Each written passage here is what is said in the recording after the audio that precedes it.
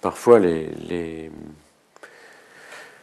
parents qui sont dans des situations de séparation difficiles comme ça demandent à un certain nombre de témoins, les instituteurs, les différentes personnes qui vont s'occuper de l'enfant, de faire des attestations ou des certificats pour dire voilà, vous l'avez trouvé mal habillé, sale, pas du tout en bonne forme. Alors, le problème, c'est que on voit bien que dès l'instant où les choses sont formulées de cette manière-là, c'est pas tant, au fond, le souci de la protection de l'enfant, de son bien-être, mais c'est l'utilisation qu'on pourrait faire de son mal-être dans un conflit entre les deux parents. Donc pour ma part, j'aurais plutôt tendance à demander à tous les professionnels de ne pas tomber dans l'histoire des attestations, mais plutôt de demander aux parents d'avoir recours à des gens qui sont avec cette fonction dans leur métier. Par exemple, un médecin peut faire ce certificat ou cette attestation.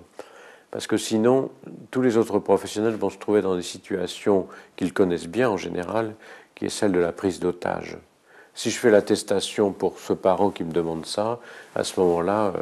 je suis complice de ce parent. Si je fais l'attestation pour ce parent, ça veut dire que je suis contre l'autre parent. Et il y a beaucoup de professionnels qui mesurent à quel point les choses sont beaucoup plus nuancées que ça. Bien sûr, des fois, l'enfant arrive, il n'est pas si bien habillé par le père que par la mère, ou il n'est pas si en forme dans telle ou telle circonstance. Bien sûr, toutes ces choses-là sont des différences entre les deux types d'éducation du père et de la mère qui sont séparés. Mais à condition que ça reste dans des limites raisonnables, on ne va pas en faire une attestation qui alimenterait la guerre, la relation haineuse entre les deux parents qui ont déjà beaucoup de mal à se séparer. Par contre, à partir du moment où c'est vraiment quelque chose qui est l'objet d'une constatation dans laquelle la question de la protection de l'enfant n'est manifestement pas assurée, alors là, ce n'est pas du tout le même cas de figure. Là, les professionnels savent qu'ils doivent avoir recours à un certain nombre de choses qui sont les signalements classiques, qui sont prévus dans la loi. Donc ça, c'est tout à fait une autre situation. Et je crois que là, c'est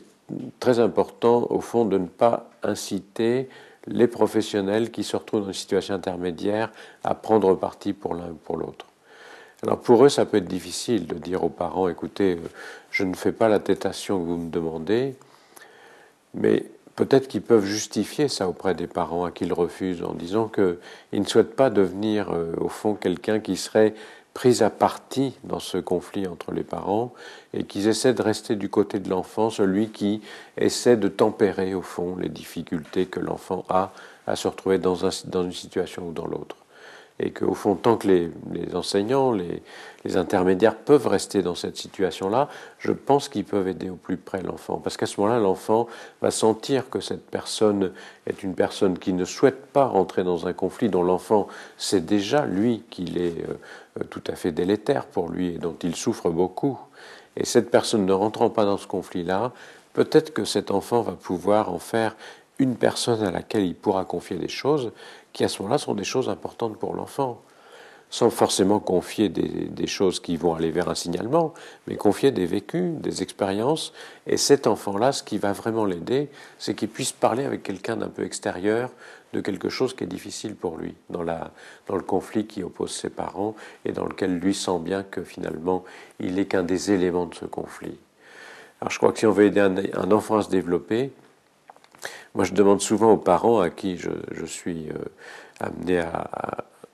que je suis amené à rencontrer pour de telles situations-là, je leur demande d'être généreux un peu dans cette situation-là, qui consiste à ne pas prendre leur enfant comme un objet du conflit entre parents en train de se déchirer, mais de le prendre comme un sujet qui est en train de se développer dans ce climat et auquel, quelles que soient les raisons pour lesquelles se séparent les parents, cet enfant doit pouvoir rester en même temps intérieur à ce conflit, mais en même temps sans que ce conflit le détruise trop. Et que, évidemment, il faut que ses parents puissent un peu laisser tomber tout ce qui serait des attestations qui vont dans le sens